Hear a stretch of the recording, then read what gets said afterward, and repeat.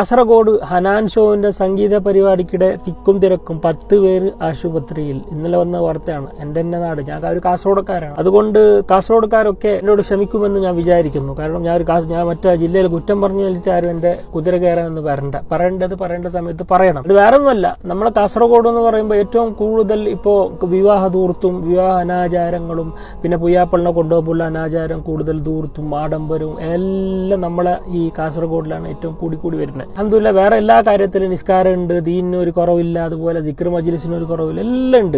അതിന്റെ ഇടക്ക് ഈ വലിയൊരു അദാബ്, അതായത് ഈ കല്യാണ വീടുകളിൽ നടക്കുന്ന ആഭാസങ്ങളും തോന്നിവാസങ്ങളും കൂടുതലും നമ്മളുടെ ജില്ലയാണ്. അത് പറയാതിരിക്കാൻ പറ്റില്ല, തെക്കൻ കേരള സംബന്ധിച്ചിടത്തോളം. അതിന്റെ കൂടെ ഇന്നലെ നടന്ന ഒരു സംഭവം, അതും നമ്മളെ കാസർഗോഡിനെ സംബന്ധിച്ചിടത്തോളം വളരെ ലജ്ജിച്ചിട്ടുള്ളതാത്തേണ്ട ഒരു സംഭവം തന്നെയാണ്. പ്രത്യേകിച്ച് മുസ്ലിം സമുദായം ഇതിനെതിരെ നമ്മൾ ചിന്തിച്ചില്ലെങ്കിൽ നമ്മുടെ കുട്ടികളുടെ ഭാവി, ഇനി വരുന്ന തലമുറ എങ്ങോട്ടാണ് പോകുന്നതെന്ന് നമ്മൾ ചിന്തിക്കാം. നമ്മുടെ മക്കള് നമുക്ക് ഇനി നമ്മളെ മരണപ്പെട്ടു പോയാൽ നമുക്ക് പ്രാർത്ഥിക്കാൻ, ഒന്ന് ഖുർആൻ ഓതാൻ മക്കളെ കിട്ടുമെന്ന് നമ്മൾക്ക് ഒരു പ്രതീക്ഷയും വേണം. കാരണം ഇപ്പൊ ഡാബ്സി എന്ന് പറയുന്ന ഒരു പാട്ട് പാടുന്ന ഒരു റാപ്പ് സിംഗർ, അൽഹംദുലില്ലാഹ് അവൻ ഇപ്പൊ കെട്ടടങ്ങിയിട്ടുണ്ട്. നമ്മൾ വിചാരിച്ച അൽഹംദുലില്ലാഹ് കുറച്ച് ഇലുമിനാട്ടി ചെറിയ കുട്ടികളൊക്കെ ഡാൻസ് ഇട്ട് കള്ളുടിക്കുന്ന പോലെ ഡാൻസും അവൻ പാടുന്ന രീതിയും അതുപോലെ തന്നെ അത് കെട്ടടങ്ങുമ്പോൾ പുതിയൊരു ഹനാൻ ഷാ എന്ന് പറഞ്ഞ ഒരു ചങ്ങായി വന്നിട്ടുണ്ട്. ഈ ചങ്ങായി എന്ത് എനിക്കറിയില്ല, ഹനാൻ ഷോ എല്ലായിടത്തും ബ്ലോക്ക് ആവുന്നുണ്ട്. ഇവിടെ ഗൾഫിൽ വന്ന് അവിടെയും ബ്ലോക്ക്. ഞാൻ എന്ത് പറഞ്ഞിട്ട് യൂട്യൂബിൽ നോക്കുമ്പോൾ ഒരു റൊമാൻറ്റിക് ഇങ്ങനെ ചിരിച്ചുകൊണ്ട് പാട്ട് പാടുന്നു. അതിനിങ്ങനെ പൊക്കി നടക്കാൻ ഒരുപാട് നമ്മൾ തന്നെ മുസ്ലിം ആവുമ്പോൾ താത്തന്മാർ ബുർക്ക ഇട്ടിട്ട് സെൽഫി ഒക്കെ എടുത്തുമ്പോൾ കരച്ചലും ആ മുഖത്തെ സന്തോഷം എന്തോ ഒരു സ്വർഗം കിട്ടിയ പോലെ ഇങ്ങനെ സെൽഫി എടുത്ത് നിൽക്കുന്നു. നിങ്ങൾ എന്താണ് വിചാരിച്ചത് പോയി?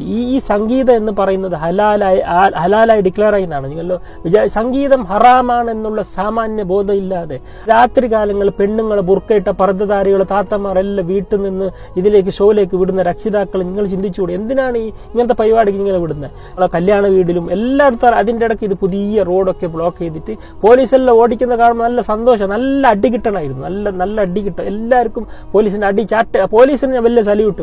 അങ്ങനെ ഓടിക്കണം.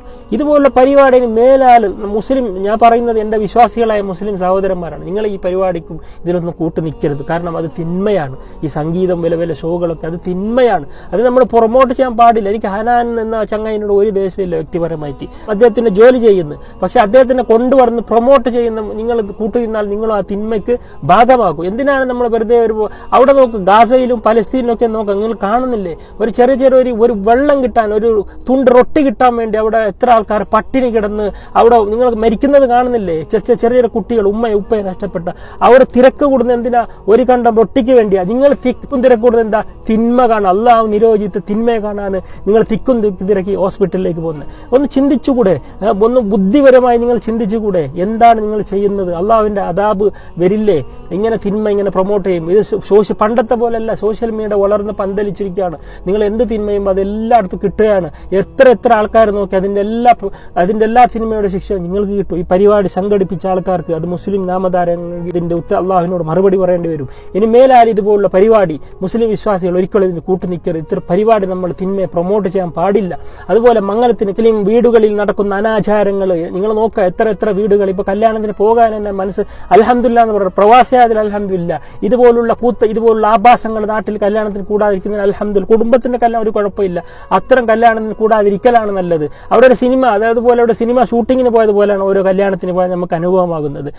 അവിടെ സ്റ്റേജിൽ പുതിനാട്ടി ഡാൻസ് കളിക്കുകയാണ്. പുതിയാപ്പളം ഒരു ലജ്ജ എന്നുള്ള ഒരു സംഭവം ഇല്ല.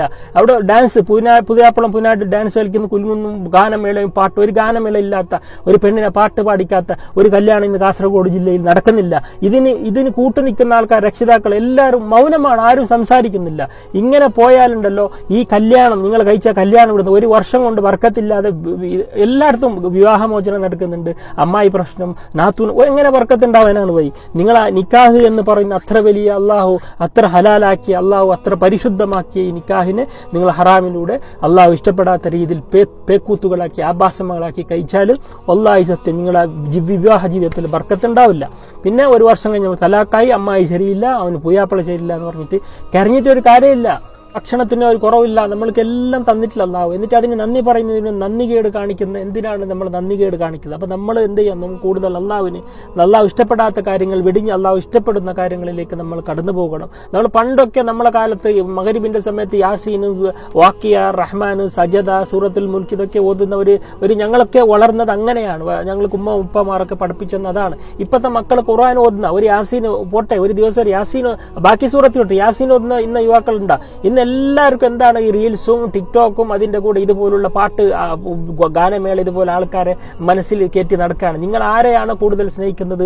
അവരുടെ കൂടെ ആയിരിക്കും നാളെ അള്ളാഹുവിന്റെ അടുത്ത് പരലോകത്ത് എന്ന് പറയുമ്പോൾ നിങ്ങൾ തന്നെ ചിന്തിക്കും നിങ്ങളുടെ മനസ്സിൽ ആരാണുള്ളത് എന്ന്. ഇതുപോലുള്ള സംഗീതം, ഇതുപോലുള്ള തിന്മകളെ പ്രൊമോട്ട് ഒരിക്കലും നമ്മൾ മുസ്ലിം അത് വേറൊരു വിഷയം എന്ന് പറഞ്ഞാൽ പാട്ട് പാടുന്ന ആൾക്കാരും മുസ്ലിം, അവിടെ പോയി കൂടുതൽ ആൾക്കാരും സപ്പോർട്ട് ചെയ്യുന്ന ആൾക്കാരും എല്ലാം മുസ്ലിങ്ങളാണ്. അതാണ് കൂടുതൽ. അപ്പൊ ഇതിനേക്കാളും മാന്യതയിൽ നല്ല രീതിയിൽ അമുസ്ലിങ്ങളായ വീട്ടുകളിൽ ഇപ്പൊ കല്യാണം നമുക്ക് കാണാൻ പറ്റുന്നുണ്ട്.